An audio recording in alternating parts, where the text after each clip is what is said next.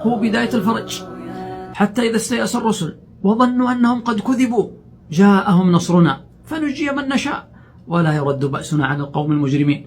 الرسل هم أكمل الناس إيمانا ويقينا وتصديقا، ظنوا أن أقوامهم لن يؤمنون، وظنوا أنه انتهى كل شيء، وزاد إيذاؤهم وزاد تعديهم على أنبيائهم.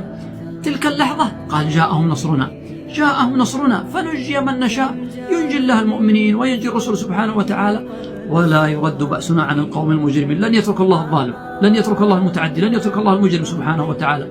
إبراهيم عليه السلام يبشر بالولد وهو شيخ كبير في السن وانتهى كل شيء، قال بشرتموني على أن مسني الكبر فبما تبشرون، انتهى كل شيء والأسباب ما عاد فيه.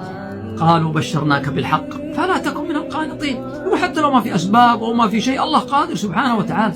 قال ومن يقنط من رحمة ربه إلا الضالون، من اللي يقنط إلا المنحرف عن طريق الله سبحانه وتعالى. ويوم الأحزاب قال الله سبحانه وتعالى عن المؤمنين إذ زاغت الأبصار وبلغت القلوب الحناجر وتظنون بالله الظنونا، تظنون ما في نصر، تظنون ما في فتح، تظنون أن الأمر بعيد، وتظنون بالله الظنون. هنالك ابتلي المؤمنون، حصار وجوع وقتل وإرجاف وشيء لا يعلمها إلا الله سبحانه وتعالى.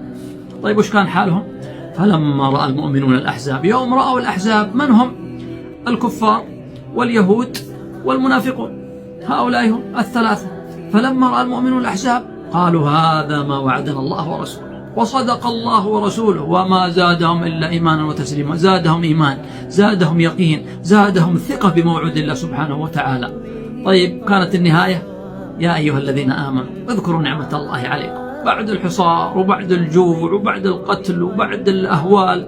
يا أيها الذين آمنوا اذكروا نعمة الله عليكم إذ جاءتكم جنود، من هم؟ الكفار واليهود والمنافقون، فأرسلنا عليهم ريحا، جنود الله سبحانه وتعالى، وجنودا لم تروها، الملائكة، وكان الله بما تعملون بصيرا. لا تظن الله ما يراك، لا تظن الله ما يعلم حالك، لا تظن الله ما يسمعك سبحانه وتعالى. لحظة اليأس هي لحظة النصر، لحظة اليأس هي لحظة الفرج، هي لحظة الخير، هي لحظة الفتح. سوف يأتي الله بفتح أو أمر من عنده سبحانه وتعالى. مهما كانت الأحوال، مهما كانت الظروف، مهما تكالب الأعداء، ولا تهنوا ولا تحزنوا وأنتم الأعلون، أنت الأعلى، أنت الأقوى، أنت الأفضل، أنت الأعظم إن كنتم مؤمنين.